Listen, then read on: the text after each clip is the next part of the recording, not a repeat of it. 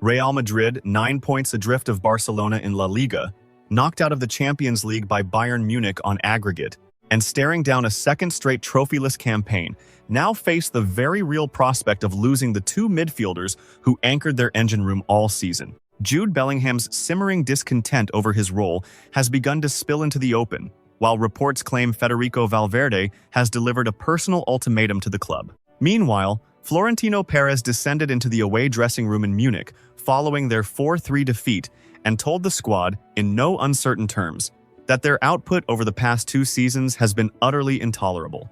So, let's examine exactly how the most decorated club in European football arrived at this crossroads, and what it means for Bellingham, Valverde, and the road ahead. 2 days ago, the Allianz Arena in Munich played host to one of the most frenzied Champions League nights of the entire season. Real Madrid arrived already trailing 2-1 on aggregate, having surrendered a 1-2 result at the Bernabeu with only Mbappé finding the net at home. For the return fixture, interim boss Arbeloa left Camavinga and Tchouaméni on the bench, and went with an aggressive central trio of Bellingham, Valverde, and Turkish creator Arda Güler, the clearest possible signal that even the caretaker manager understood what everyone inside that stadium already knew. This was do or die. The team responded with genuine ferocity. Güler struck twice, Mbappé added his name to the score sheet, and Real Madrid seized the lead on 3 separate occasions throughout the night. Vinicius rattled the woodwork. Bellingham was outstanding. Valverde patrolled the midfield with the relentless engine that has made him irreplaceable for the better part of a decade. Then, in the 86th minute, Eduardo Camavinga was shown a red card and everything unraveled. A late Bayern double condemned Madrid to a 4-3 defeat on the night and a crushing 6-4 aggregate exit. Bellingham called the red card ruling a joke. Carvajal blamed the official for their elimination. Arbeloa told reporters the decision was absurd. None of that, however, carried any weight with the man who made his way into the visiting dressing room moments after the final whistle. Florentino Pérez walked straight to his players and addressed them in a manner that was, by all accounts, direct and cutting. According to Diario Sport, while he briefly acknowledged the effort on the night, his tone rapidly shifted towards scathing disappointment. 1 season without a title is a failure, but 2 seasons without a title is intolerable, he reportedly told the squad. He reminded them that pulling on the Real Madrid shirt is both a privilege and a responsibility, one that many of them had fallen far short of fulfilling. Before leaving, he issued a final demand: finish the remaining La Liga games with at least some semblance of dignity, with a Clásico against Barcelona at Camp Nou looming on May 10th. And here is precisely where things get uncomfortable. Real Madrid sit 9 points behind Barcelona in La Liga with 7 games remaining, out of the Copa del Rey, out of the Supercopa, out of the Champions League. 0 trophies claimed and a second consecutive season without major silverware, now virtually inevitable for the first time since 2008-10. It is within this suffocating, pressure-drenched atmosphere that the futures of both Bellingham and Valverde have been thrown into genuine doubt. To understand how they arrived here, you have to trace the line of dominoes back to where they first started toppling. Xabi Alonso arrived at the Bernabeu in June 2025, carrying expectations that were almost cruel to heap on any manager. Following 2 extraordinary seasons at Bayer Leverkusen, including an unbeaten Bundesliga title, he had cemented himself as one of the most coveted coaches on the planet. Real Madrid signed him on a 3-year contract to replace Carlo Ancelotti, who had departed for the Brazil national team. The opening chapter was dazzling.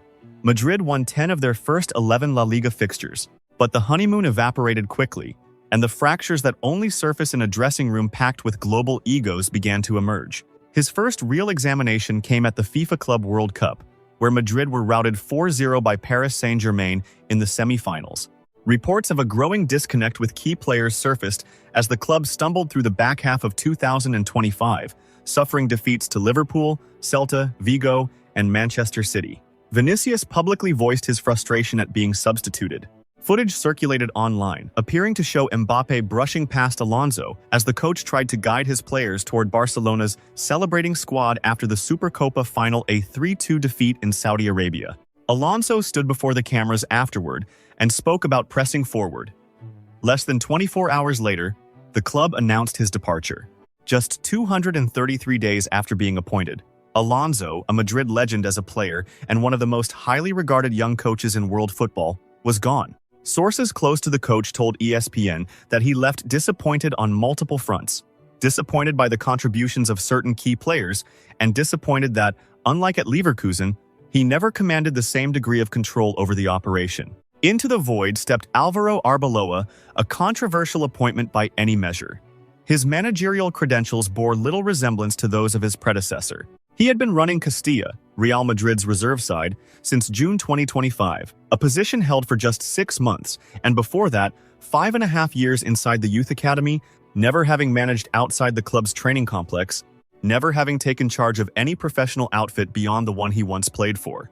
This was, by virtually every account, a caretaker appointment dressed up in more permanent clothing, a stabilizing stopgap while Perez's hierarchy quietly identified the next long-term appointment. Names circulated: Maresca, Zidane, Klopp, Iraola. Former Madrid president Ramon Calderón summarized it plainly to Sky Sports. The problem has been poor planning. We had Toni Kroos and Luka Modric in midfield, perhaps the finest partnership in the world. Now those players are gone, and perhaps we should have found someone to fill that void. That quote is the thread connecting everything to Bellingham and Valverde, because the midfield crater left by those back-to-back departures is the wound that was never properly treated, and the two men tasked with filling it have been stretched, repositioned, and are now being nudged toward the exit. Jude Bellingham's story at Real Madrid is that of a player who did everything asked of him and still found himself in the wrong position both figuratively and literally.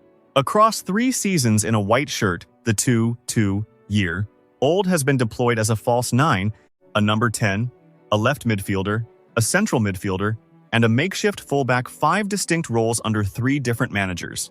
His debut campaign was the stuff of folklore: goals in Clásicos, decisive moments in the Champions League, a Ballon d'Or contending year. But Mbappé's arrival in the summer of 2024 disrupted the delicate ecosystem that had generated those performances. Suddenly, Madrid possessed too many attacking talents and too little structural cohesion. Then Alonso arrived and asked Bellingham to operate deeper. In the first year, we played with a 3-base midfield. I played ahead of that. The second year was a bit more off the left, cutting inside. And this season, with Xabi and with Arbeloa, I've been asked to play a little deeper, Bellingham explained. To his enormous credit, he acknowledged the bind with maturity that exceeds his years. One of my qualities is that I can play in different positions and do different things to a good level. And I think sometimes I'm a little bit of a victim to that. I get moved around whenever things aren't going well. Even Arbeloa conceded the point openly. The problem with Bellingham is that he's very good at doing a lot of things. When you're that gifted across the board, you have to make difficult choices. Then came an injury in early 2026 that sidelined Bellingham for several weeks. By the time he returned, the team had reorganized without him. Arbeloa had set up midfield with Tchouaméni, Güler, and Valverde, effectively eliminating the number 10 role that Bellingham regards as his natural home. According to OK Diario, he was left visibly disgruntled after being named among the substitutes for the clash against Mallorca, a frustration rooted not in one selection call, but in the broader handling of his return. Despite appearing as a substitute in the Madrid derby against Atletico prior to the international break, expectations were that he would quickly reclaim his starting spot. Instead, he found himself watching from the bench again, introduced for just half an hour. Reports from Spain describe the atmosphere in blunt terms, with one outlet claiming Bellingham had been persistently complaining and was among a group of players who reportedly questioned whether Arbeloa carries sufficient authority to manage the club. In a dressing room where collective confidence has been eroding for months, those are explosive claims. If Bellingham's discontent has been building quietly, Federico Valverde's frustrations have been smoldering far longer, and the flames have become impossible to contain. The Uruguayan's future at Real Madrid has been in genuine doubt since a falling out with Xabi Alonso back in November 2025. His contract doesn't expire until 2029, but after 9 years at the club, he is now actively weighing a departure. His grievances are neither mysterious nor abstract. They are tactical, positional, and deeply personal. The 27-year-old has been deployed at right back on multiple occasions, when Trent Alexander-Arnold went down injured, when Carvajal was unavailable, when the defensive unit was decimated. It fell to Valverde every single time, not because he was suited to the role, but because his extraordinary work rate and discipline made him the default emergency option. Manchester United have reportedly tabled an offer worth €130 million. Chelsea have concrete interest and are preparing a €140 million proposal. Real Madrid have set their asking price at €114 million. But here is the detail that elevates this beyond a standard transfer saga. Valverde has reportedly informed Real Madrid that he will depart for Manchester United if Arbeloa remains in the dugout. That is a direct, personal ultimatum aimed squarely at the club's leadership, and it intersects directly with the Bellingham situation. According to Spanish reports, Valverde is waiting to observe Bellingham's reintegration before making any final decision. If Bellingham's return pushes Valverde back to a peripheral or wide role, then the United offer stops being a distant temptation and becomes a live opportunity. The fates of Real Madrid's two midfield cornerstones are deeply intertwined, and neither is anchored to the project in the way Perez desperately needs them to be. As one report put it, Valverde wants to feel like a genuine midfielder, not a stopgap solution to someone else's problem. His future will ultimately be determined by tactical considerations far more than financial ones. The structural failings underpinning all of this are glaring. Real Madrid lost Kroos and Modric in back-to-back seasons and have not signed a first-team midfielder since Güler and Bellingham in 2023, 3 consecutive transfer windows in which the most pivotal area of the pitch was neglected. Last summer, the club channeled €165 million into defensive reinforcements. Trent Alexander-Arnold, Dean Huijsen, Alvaro Carreras, and Franco Mastantuono. Yet only Alexander-Arnold started the pivotal second leg in Munich. Mastantuono was restricted to a stoppage time cameo. Carreras and Huijsen didn't get off the bench at all, a damning indictment of both recruitment strategy and squad deployment. Beyond personnel, the managerial situation is a quagmire.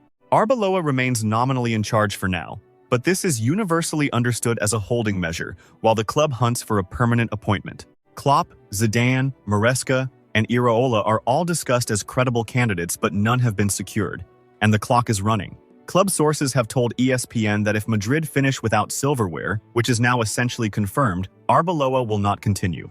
That means Real Madrid will cycle through 3 managers in a single season by the time preseason begins. And here lies Perez's central dilemma.